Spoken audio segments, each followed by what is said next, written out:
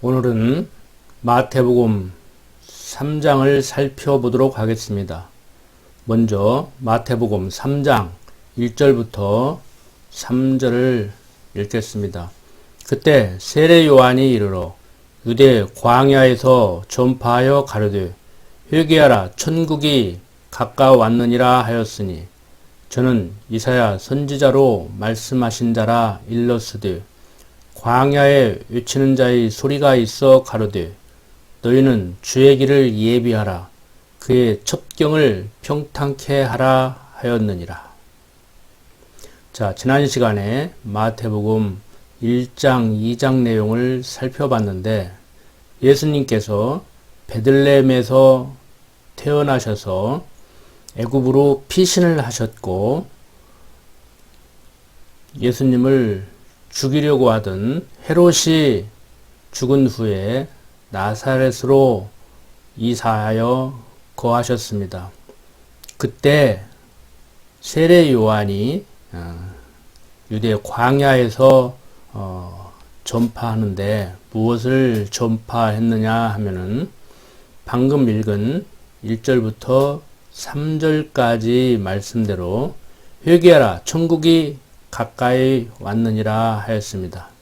그런데 이 말씀은 어떤 의미인가 한번 살펴보도록 하겠습니다. 어떤 이는 이 말씀을 왜곡하여 천국이 가까이 왔으니 잘못해서 돌이켜야 한다고 하는 그러한 교훈의 말씀이라고 얘기를 합니다.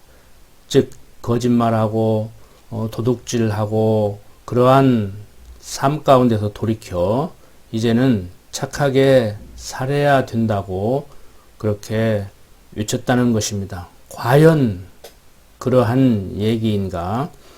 이 말씀에 대한 전후 맥락을 살펴봄으로써 과연 회개하라 천국이 가까웠느니라 하는 말씀이 어떤 의미의 말씀인지 살펴보도록 하겠습니다.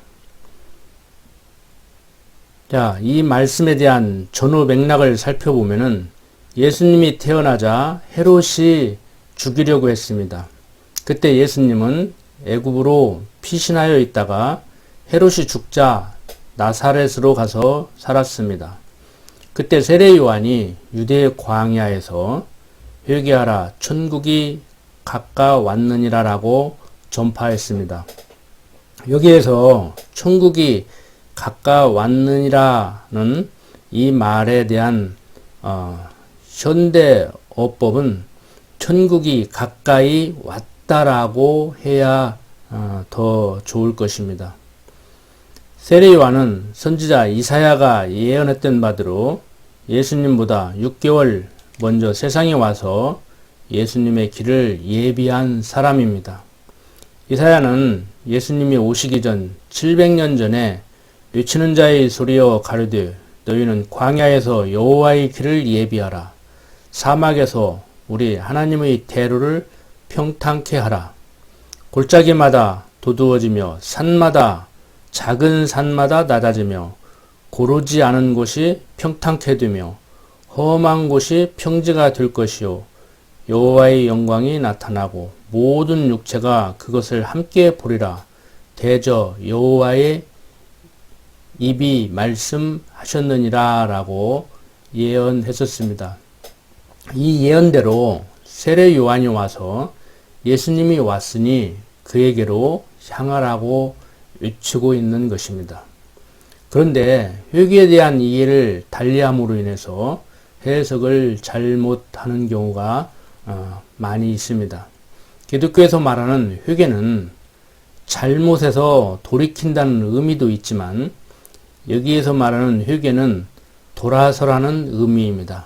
다시 말해서 동으로 향하던 발걸음을 서로 향하라는 그런 의미의 말입니다. 즉 다른 것을 쫓던 길에서 돌이켜 예수를 좇으라는 것이죠. 그리고 천국이 가까이 왔다는 말의 의미는 천국의 주인이신 예수님이 오셨다는 의미입니다.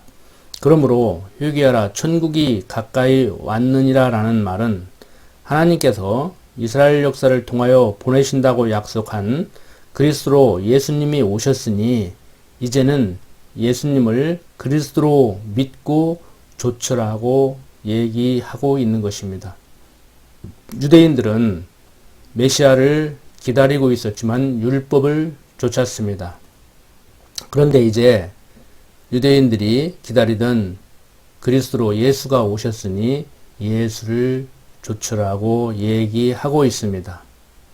바로 이러한 복음의 내용이 성경입니다. 마태복음입니다. 그런데 많은 사람들이 예수님의 교훈 정도로, 도덕적 교훈 정도로 받아들이고 있습니다. 그래서 성경 한두 구절 읽고 설교를 할 때 도덕 설교를 하게 되는 것입니다. 자, 계속해서 7절부터 9절을 보면은 독사의 자식들아 누가 너희를 가르쳐 임박한 진노를 피하라 하더냐라는 말씀이 있는데 한번 7절부터 9절 살펴보도록 하겠습니다. 요한이 많은 바리새인과 사두개인이 세례 베푸는 데 오는 것을 보고 이르되 독사의 자식들아 누가 너희를 가르쳐 임박한 진노를 피하라 하더냐. 그러므로 회개에 합당한 열매를 맺고 속으로 아브라함이 우리 조상이라고 생각지 말라. 내가 너희에게 이르노니 하나님이 능히 이 돌들로도 아브라함의 자손이 되게 하시리라. 자, 세례 요한이 요단강에서 세례를 베풀 때 바리새인과 사두개인이 세례 베푸는 데 오는 것을 보고 세례 요한은 이렇게 말했습니다. 독사의 자식들아 누가 너희를 가르쳐 임박한 진노를 피하라 하더냐. 그러므로 회개에 합당한 열매를 맺고 속으로 아브라함이 우리 조상이라고 생각지 말라. 내가 너희에게 이르노니 하나님이 능히 이 돌들로도 아브라함의 자손이 되게 하시리라. 여기에서 독사의 자식들이라는 말은 사단의 도구로 쓰임받는 뱀의 후손이라는 말입니다. 기독교 입장에서 보면 아주 심한 욕입니다. 세례 요한은 왜 세례를 베푸는 데 오는 것을 보고서 독사의 자식들아 누가 너희를 가르쳐 임박한 진노를 피하라 하더냐라고 말했을까요? 오늘날 복음을 전하는 사람들의 입장에서 보면은 모두가 다 그런 것은 아니겠지만 어떻게든지 예수 믿게 하고 어떻게든지 세례 받게 하려고 할 것입니다.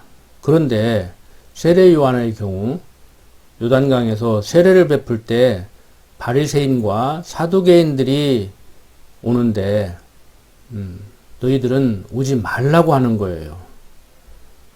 왜 그랬을까? 먼저 바리새인과 사두개인은 어떤 자들인가에 대해서 살펴봐야 됩니다.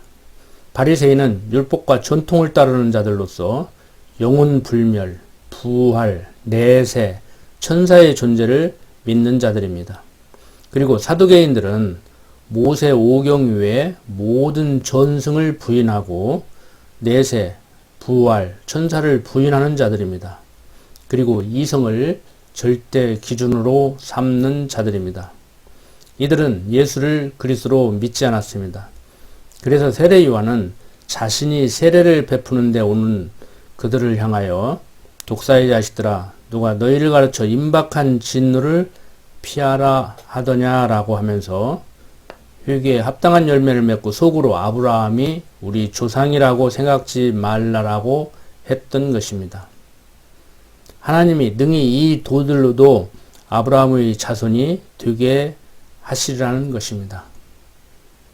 한마디로 너희들이 아무리 스스로 하나님 자녀라고 해도 너희들은 하나님의 자녀가 아니라는 겁니다. 하나님의 자녀가 될 수 없다는 겁니다. 그러므로 세례받을 생각 하지 말라는 것이죠. 자, 회개에 합당한 열매를 맺으라는 것은 예수를 그리스도로 믿으라는 말입니다. 회개는 잘못해서 돌이키는 것입니다. 그런데 회개가 단순히 율법에 근거한 잘못된 행위에서 돌아서라는 의미의 말이 아닙니다. 율법을 지켜 행함으로 하나님의 사람이 될 수 있다는 생각에서 돌이켜 예수를 그리스도로 믿는 믿음으로 말미암아 하나님의 사람이 될 수 있음을 인정하라는 것입니다. 예수를 그리스도로 믿지 않으면서 단지 유대인의 후손이기 때문에 하나님의 자녀라고 여기지 말라는 것입니다. 만약 유대인의 후손이기에 하나님의 자녀라고 여긴다면 잘못된 생각이라고 하는 것입니다. 왜냐하면 하나님께서는 이 돌들로도 아브라함의 자손을 만드실 수 있기 때문이라고 합니다. 요한이 많은 바리새인과 사두개인이 세례 베푸는 데 오는 것을 보고 이르되 독사의 자식들아 누가 너희를 가르쳐 임박한 진노를 피하라 하더냐라고 한 말씀은 예수를 그리스도로 믿지 않는 자는 하나님의 진노를 피할 수 없다는 사실을 말하고 있는 것입니다. 오늘 사는 우리도 마찬가지입니다. 그냥 믿어지지 않는데 억지로 믿으라는 얘기는 아닙니다. 믿어지니까 믿는 것이지만 결과론적으로 예수를 그리스도로 믿는 믿음으로 말미암아 구원을 얻게 되는 것입니다. 오늘 사는 많은 사람들이 천국이 어디에 있느냐, 천국이 있다고 해도 어떻게 예수를 그리스도로 믿는 믿음으로만 갈 수 있느냐. 천국이 있다고 해도 천국을 가는 길은 여러 길이 있다 얘기하는 자들을 우리는 종교다원주의라고 얘기를 하고 있습니다. 그리고 깊이 들여다보면은 종교다원주의자들이 말하는 그 천국은 다 다름을 알 수 있습니다. 그리고 구원의 길도 여러 갈래 길이 있다고 하는데 조금 더 자세히 들여다보면은 그 길이 천국 가는 여러 갈래의 길이 아니라 그 길이 전혀 다른 길임을 알 수가 있습니다. 천국이 아무리 있다고 해도 그것을 부인하는 사람들에게는 없는 천국이 될 것이고, 그리고 천국이 있다선 치더라도 천국을 갈 의향이 없는 사람들에게는 관심이 없는 그러한 요침이 될 것입니다. 인간적인 얘기지만 파스칼이 얘기하는 대로 천국이 없다고 생각하고 천국이 없다고 생각하는 사람 같이 살아가다가 만약에 천국이 있다면, 그리고 또 어떤 사람들과 같이 천국이 있다고 생각하고 천국이 있다고 생각하는 사람 같이 살아갔는데 천국이 없을 경우, 자, 여러분들은 어떤 길을 걸으시겠습니까? 물론 우리는 천국이 있다고 생각하고 천국이 있다고 생각하는 사람들 같이 살아갑니다. 그리고 천국은 반드시 있습니다.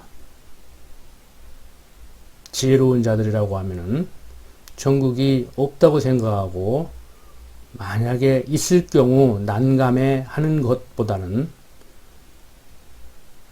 천국이 있다고 생각하고 열심히 살았는데 천국이 없을 경우 허탄해하는 그러한 사람들보다는 더 지혜로운 그런 길을 걷게 될 것입니다. 우리가 우스갯소리로 파스칼의 도박의 논리라고 이렇게 얘기를 하는데 좀 더 사람들이 지혜롭게 살아갔으면 합니다. 과학이 발전한 시대, 이성이 발달한 시대에 많은 사람들이 지혜자같이 살아가지만 철학과 헛된 속임수에 속아서 우매한 사람들로 살아가고 있습니다. 현대인들이 굉장히 지혜로운 것 같지만 얼마나 어리석은 삶을 살고 있는지는 여러분들이 몸소 겪고 있을 것입니다. 우리 목전에서 일어나는 많은 일들이 얼마나 어리석은 그러한 생각과 행동으로부터 인한 것인지 여러분들은 느끼고 있을 것입니다.